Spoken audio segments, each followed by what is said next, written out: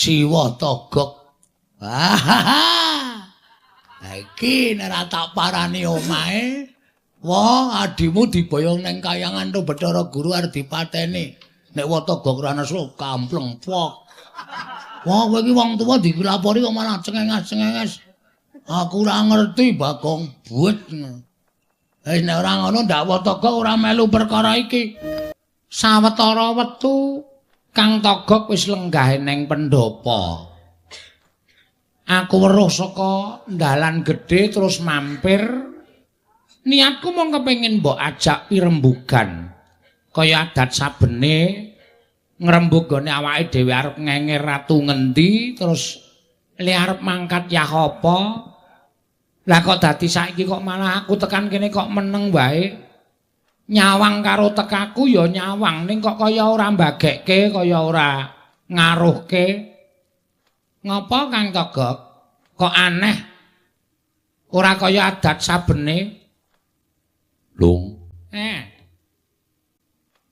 Aku meneng wae iki ora mikir perkara nggonku arep suwita karo Nalindra ngendi lan nggonku arep nganti karo kowe sowan marang Nalindra ingkang bakal ndak suwitani ora. Lah terus aku kira kaya wong bingung to, Lung. Bingung perkara apa? Kowe ngerti? Selasa kliwon kepungkur aku rak nenepi ning sumur tuwa dolomah kae. Areng apa? Golek kelabang apa?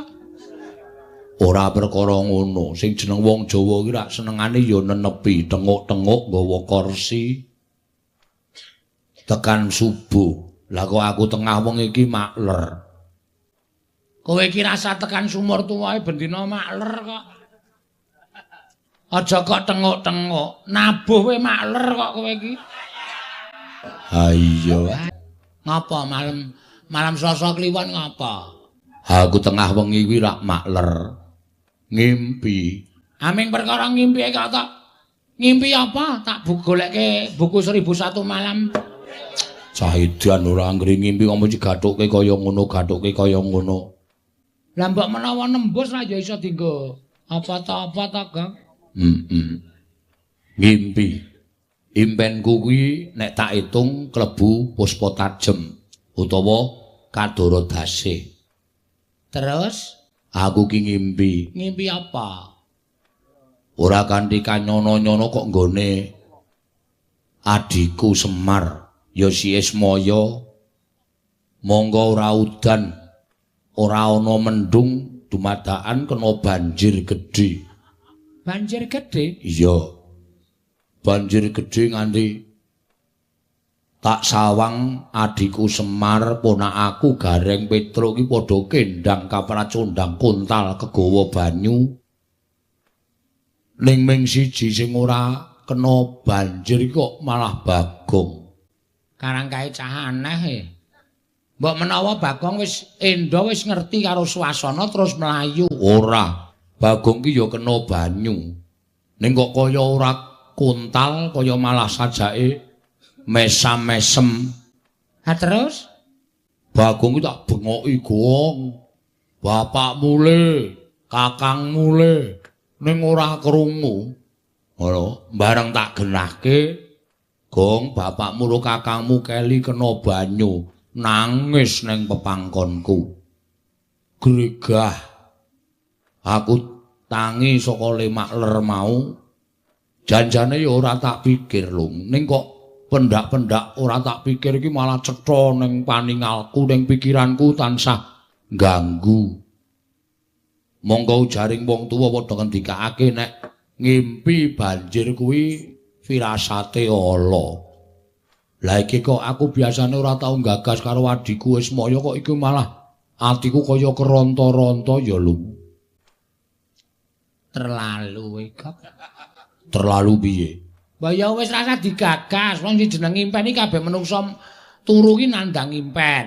Ning ra impen kira ana petungane. Petungane sing do percaya ya percaya, nek ora ya ora ana apa-apa. Wis to, ilangno saka atimu, impen kuwi mung kembange wong turu. Adimu Semar karo ponakan-ponakanmu ora ngapa-ngapa. Ngono ki wis penak. Ha kowe tok Petung-petung tak petung-petung manut hitungane wong tuwa. Nek ngimpi banjir ki bakale ana malapetaka lah. Ya wis, pikiranmu dadi goreh, pikiranmu dadi rongeh. Kowe ora tentrem, kowe ora iso manteng pangestimu merga dibebeda karo impen mau. Ning ketoke kok kaya atiku kaya ora penak lho. Ha pindah. Pindah piye? Tegese atine dipindah. Rasa digawe angel. Iya. Tratapan. Kok kaya lagu. Lagu apa? Oke. Tratapan, Dik, Dik. Atiku tratapan lho kan. Ora, wis ora ana saiki lagu kuwi wis ora ana. Rasaku kaya ninggal jejabang ngono tepining Balumbang. Deg-degan ora karo-karuan. Ning apa ya, Lung? Wis ta, rasa ngeyel. Nganggere kowe engko terus-terusan tok pikir malah ora rampung-rampung perkarane. Rasa digagas. Pokoke tenang pikire. Yo gek golek Raja Sabrang disuwitani terus awak dhewe entuk bayar, terus mangane ora keteteran kaya ngene iki gak asa mikir impen. Nek kowe mikir impen malah mengko saya nggrus awakmu saya kuru. Mongko kowe nek awake kuru ki terus apa wangun ana wong kok cangkem tok. Cangkem dungkulmu mlocot. Aku ndelonjor semono dawane kowe. Apa ora gila wong do karo kowe?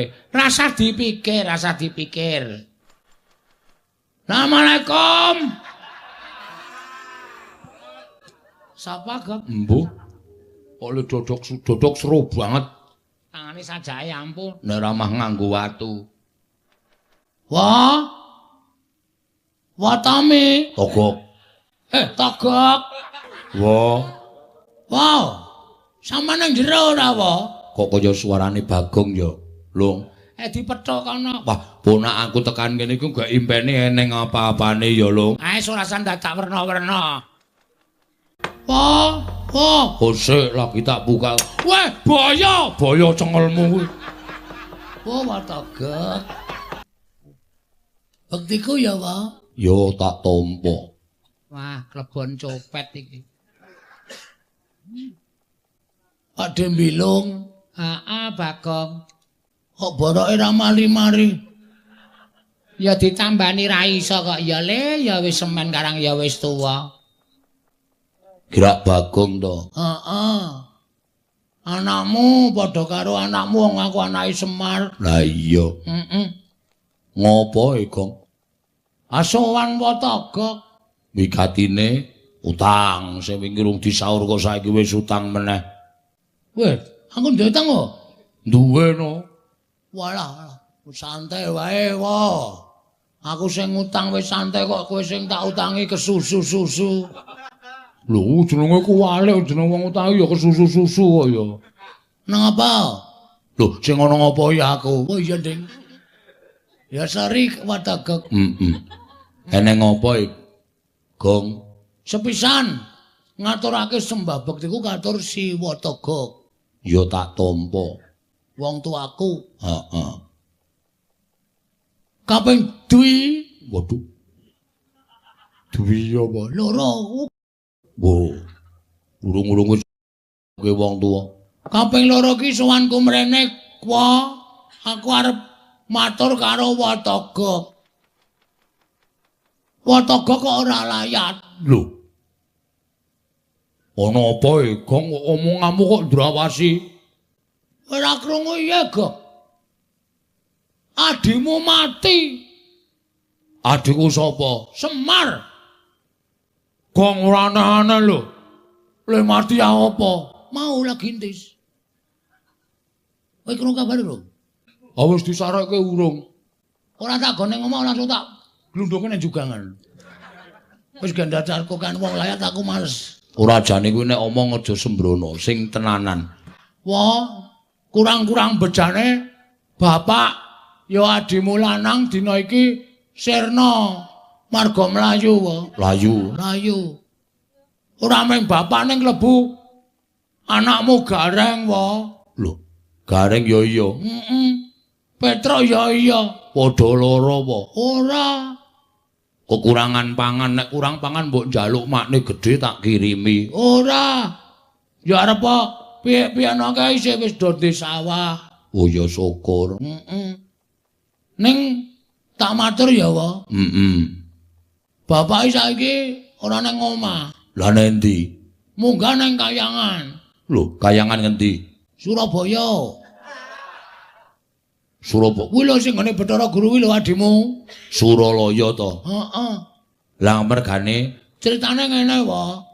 Aku ora arep bangun desa. Heeh. Hah. Aku ki entuk sasmita iso rancak lek ku bangun desa nek apa ku jenenge dusun kuwi ditumbali. Tumbali apa? Pelem pertangga jiwa jambu dipa nirmala. Kuwi rak daharane dewa. Lah iya aku yo ngerti. Lah bapak terus matek aji. Kula weling